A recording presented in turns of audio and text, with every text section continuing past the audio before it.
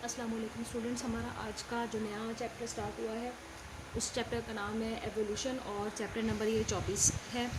और एवोल्यूशन जो है ये क्या है? इर्तिका का अमल। Questions of origin of earth and life on it have been on the minds of human since prehistoric times. बहुत शुरू के ज़माने से इंसान ये सोचता आया है कि इस दुनिया का वजूद कैसे आया, इस दुनिया पर ज़िंदगी कैसे शुरू हुई, ऑर्गेनिज़म्स जितनी किस्में हैं वो कैसे पाए जाते हैं, वो कैसे बने, वो दुनिया में कैसे वजूद में आए। कुछ ऑर्गेनिज़म्स कुछ तरह के हैं, कुछ ऑर्गेनिज़म्स का रिप्रोडक्शन कैसा है, स्ट्रक्चर कैसा है। इतनी जो वैरायटी ऑफ लाइफ है जिसमें हम कहते हैं कि लाखों की तादाद में स्पीशीज़ हैं, इनकी तादाद है, ये सब कैसे जो है वो ज़मीन पर शुरू हुआ। सो ये सवाल जो है एक साइंटिस्ट के दिमाग में आते हैं और एवोल्यूशन की जो ब्रांच है बायोलॉजी की, ये उन सवालों के जवाब देने की कोशिश करती है। Evolution refers to the processes that have transform life on earth from its earliest forms to the vast diversity that we're observe today.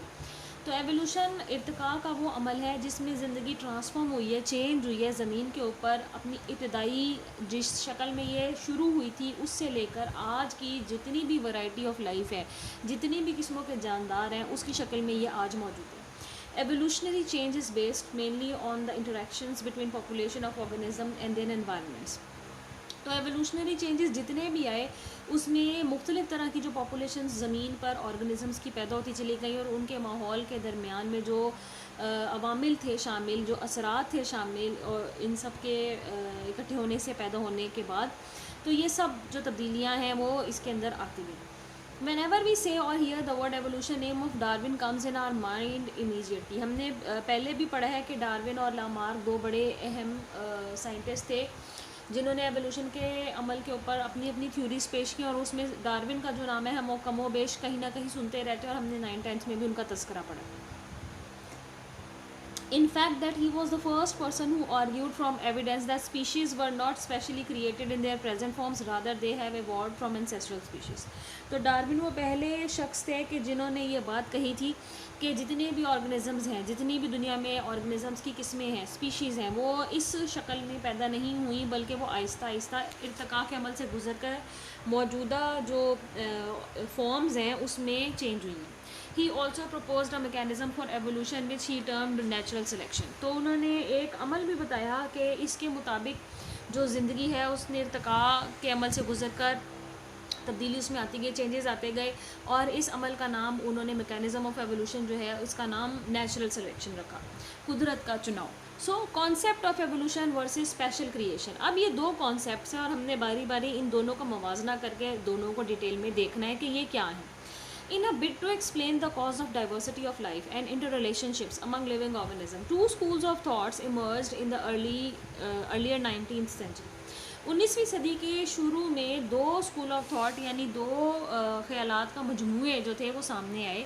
क्रिएशनिस्ट believe that in the theory of special creation. जो लोग तख्लीक के अमल पर यकीन रखते हैं कि कोई supreme power है, जैसे हम मुसलमान होने की हैसियत से ये बात मानते हैं कि अल्लाह ताला ने तमाम दुनिया को पैदा किया, तमाम जानदारों को पैदा किया, इसी तरह साइंसदान जो है वो भी स्पेशल क्रिएशन की थ्योरी एक पेश करते हैं जिसमें वो बताते हैं कि जो है तमाम दुनिया के जो जानदार हैं वो किस तरह से वजूद में आए। Whereas evolutionist believe in the theory of natural selection. जबकि जो इर्तिका के अमल को पढ़ने वाले हैं वो ये मानते हैं कि जो ऑर्गेनिजम्स पैदा हुए हैं वो बतदरीज सादा जानदारों से कॉम्प्लेक्स पेचीदा जानदारों में आहिस्ता आहिस्ता तब्दील हुए हैं।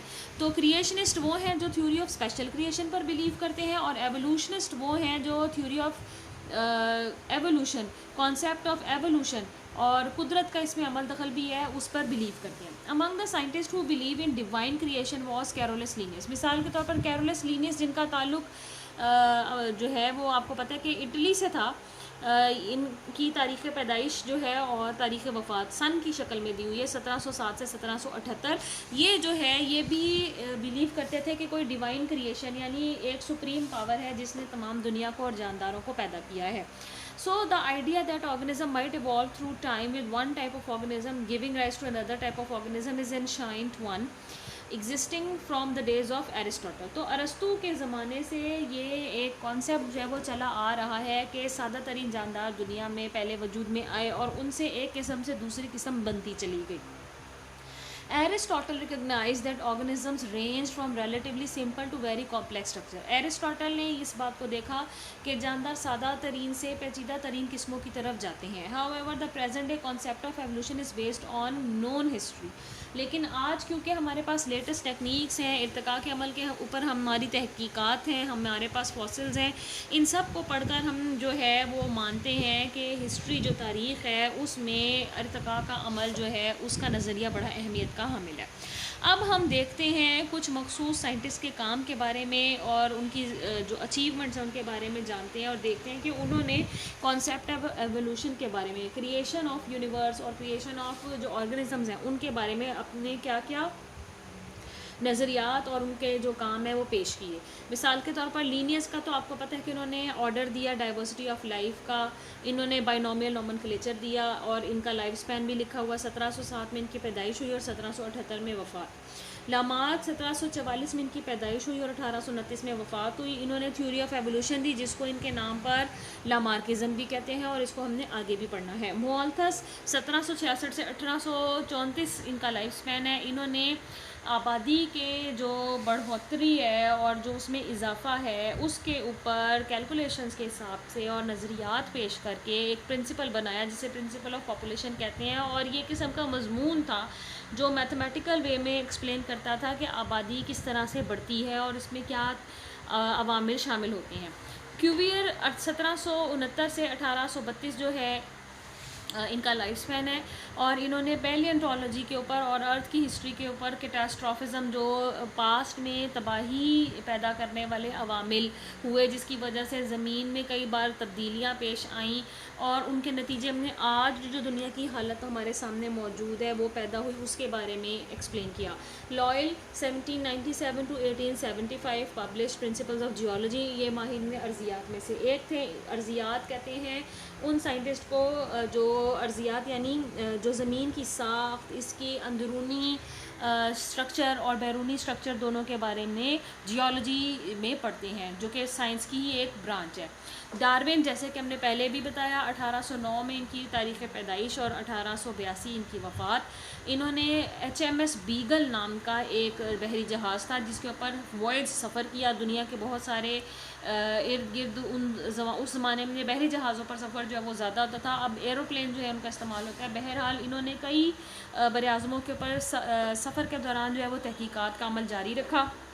इन्होंने स्पीशीज़ के ओरिजिन यानी जो नो यानी किस्म जो बनती है किसी भी जानदार की वो कैसे अराइज़ होती है उसके ऊपर अपने नोट्स बनाए। इन्होंने ऑर्गेनिजम्स की कलेक्शन की और इन्होंने एक थ्योरी भी बनाई origin of species by means of natural selection और इस थ्योरी को हमने इसी चैप्टर में आगे जाके पढ़ना भी है। तो ये थ्योरी इनके ही नाम पर फिर बाद में डार्विनिज्म के नाम से जानी गई और आज इसी थ्योरी को थोड़ा सा इसमें से गलतियाँ हटाकर जो लेटेस्ट टेक्निक्स हैं जो लेटेस्ट नॉलेज है उसको डालकर तो नई तहकीकात जो हैं वो की गई हैं। मेंडल आपको पता है ये तो फादर ऑफ जेनेटिक्स माने जाते हैं क्योंकि इन्होंने इनहेरिटेंस के ऊपर अपने पेपर पब्लिश किए और वारिस जो विरासत है उसके कवानीन जो है वो हमें दिए।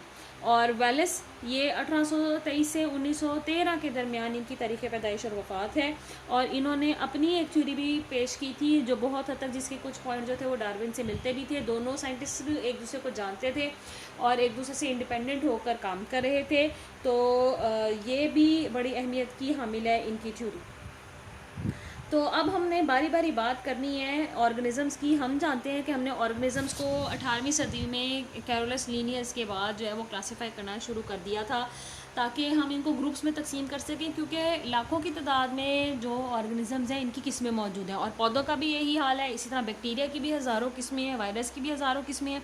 तो हम अगर ऑर्गेनिजम्स को ग्रुप में डिवाइड कर लेते हैं और मिलते जुलते ऑर्गेनिजम्स को एक दूसरे के साथ एक ही ग्रुप में रखते हैं तो हम अगर एक ऑर्गेनिज़म को मिसाल के तौर पर पढ़ लेते हैं तो हमें बाकी के ग्रुप ऑफ ऑर्गेनिज़म जो हमने उसके साथ रखे हैं उनके बारे में भी बेसिक नॉलेज और इन्फॉर्मेशन जो है वो हासिल हो जाती है।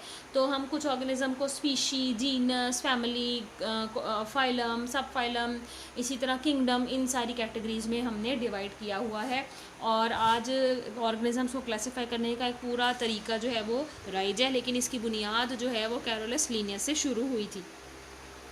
Evolution from prokaryotes to eukaryotes, ये तो आपको सबको मालूम है कि ऑर्गेनिज्म जो हैं वो दो तरह के हैं, एक प्रोकैरियोट्स हैं और एक यूकैरियोट्स हैं।